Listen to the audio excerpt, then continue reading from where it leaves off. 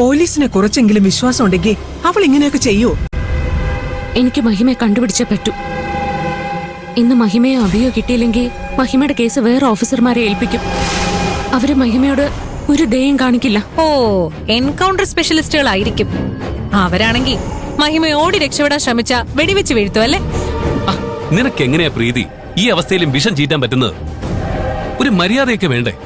ഗിരേട്ടാ, ഞാൻ ഡ്രസ്സ് മാറിയിട്ട് വരാം. നീ ഈ പാതിരാത്രിക്ക് പുറത്തിറങ്ങിയിട്ട് എന്ത് ചെയ്യാനാ? നിന്റെ ഡ്യൂട്ടി കഴിഞ്ഞില്ലേ? ഇനി നാളെ രാവിലെ പോയാ മതി. അമ്മ, എനിക്ക് പോയേ പറ്റൂ. മഹിമയെ പിടിക്കാതെ പറ്റില്ല.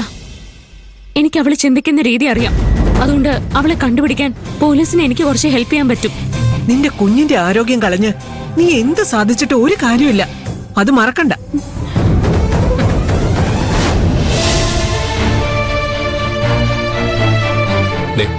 അവര് പറയുന്ന ഒന്നും നീ കേൾക്കാൻ നിൽക്കണ്ട. മഹിമ ഇനിയും കൂടുതൽ തെറ്റുകളിലേക്ക് വഴുതി വീഴും. അവളെ തടഞ്ഞേ പറ്റൂ. നീ വേഗം പോ.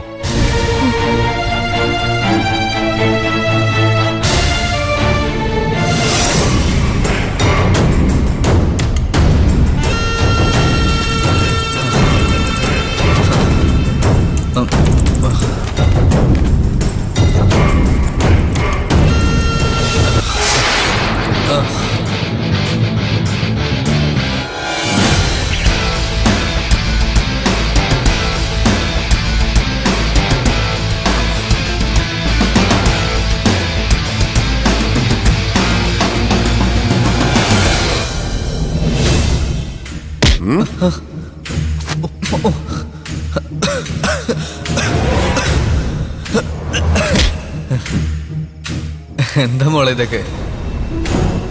എന്നോട് എന്തെങ്കിലും സംസാരിക്കാനുണ്ടായിരുന്നെങ്കിൽ എന്നൊന്ന് വിളിച്ചാ പോരായിരുന്നോ? വെറുതെ എന്തിനാ ഇത്ര ഷോയൊക്കെ? ഇത് കളിതമാശയല്ല. മര്യാദയ്ക്ക് ചോദിക്കുന്നതിന് ഉത്തരം പറഞ്ഞില്ലെങ്കിൽ നിന്നെ ഇവിടെ വെച്ച് ഞങ്ങൾ തീർക്കും. ഇവരൊക്കെ ആരാ മഹിമേ? ഉള്ളത് പറയാലോ, നിന്റെ ടീം തീരെ പോരാ. ഒരുത്തനെ പോലും കണ്ടാ പേടി തോന്നില്ല. നിനക്ക് കളിതമാശ കുറച്ച് കൂടുതലാണെന്ന് എനിക്കറിയാം. പക്ഷെ എനിക്കതിനുള്ള സമയമില്ല. ഇങ്ങനെ നമുക്ക് തിരക്കുള്ളപ്പോ മുന്നിലുള്ള ആള് തമാശ പറഞ്ഞുകൊണ്ടിരിക്കുകയാണെങ്കിൽ അവരെ പെട്ടെന്ന് സീരിയസ് ആക്കാനുള്ള ഒരു വഴി എന്റെ ഒരു കൂട്ടുകാരി എനിക്ക് പറഞ്ഞു തന്നിട്ടുണ്ട്. ആ കൂട്ടുകാരിയുടെ പേര് അക്ഷര എന്നാ. ഞങ്ങളെ ജയിലിൽ വെച്ചാ പരിചയപ്പെട്ടത്.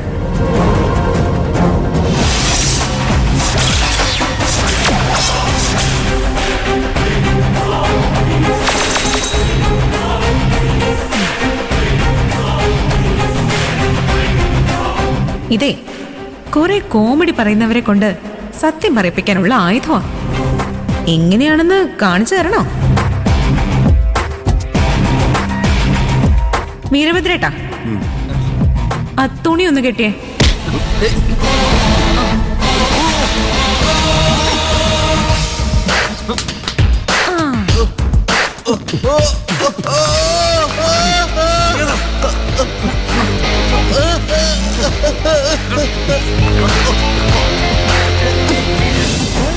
നിനക്ക് സംസാരിക്കണം അല്ലേ? മിണ്ടാണ്ടിരിക്കടാ.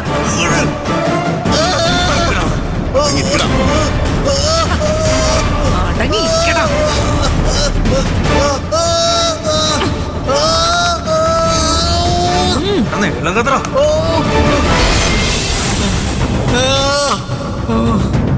ആ തുണിയും കഴിച്ചേ കേട്ടാ. ഇവനിപ്പോ സത്യം പറയാറായി കാണും. നിനക്കെന്താ വട്ടായോ? നിന്നെ പോലുള്ള സൈക്കോകളോട് ഡീൽ ചെയ്യണമെങ്കിലേ കുറച്ച് വട്ടൊക്കെ ഉണ്ടാവണമല്ലോ.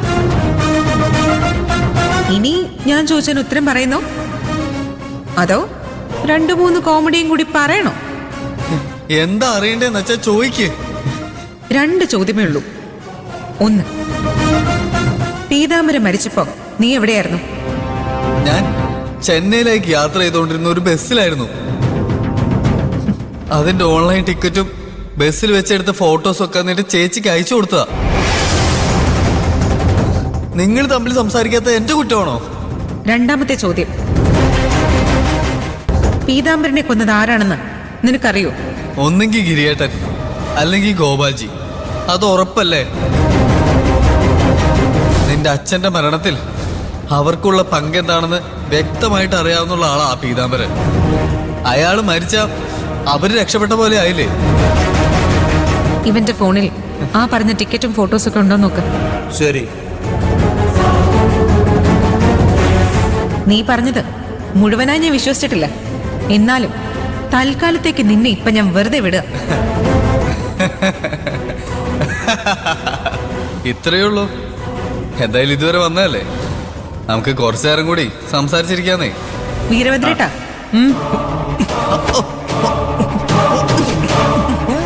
നിനക്ക് സംസാരിക്കണോ അല്ലേ? മിണ്ടാണ്ടിരിക്കടാ.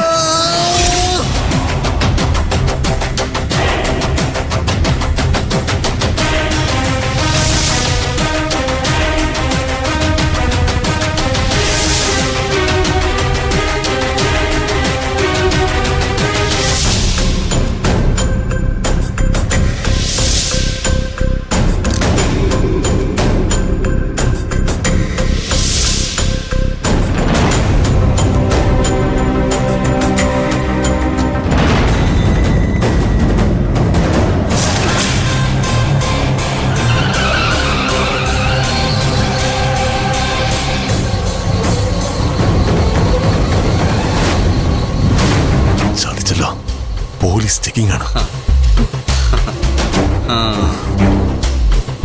ഇനി എന്ത് ചെയ്യും?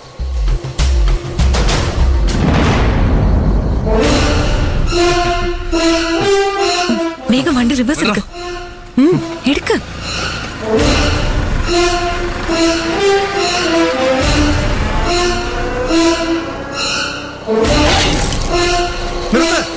ഏയ്, അവിടെ നിൽക്ക.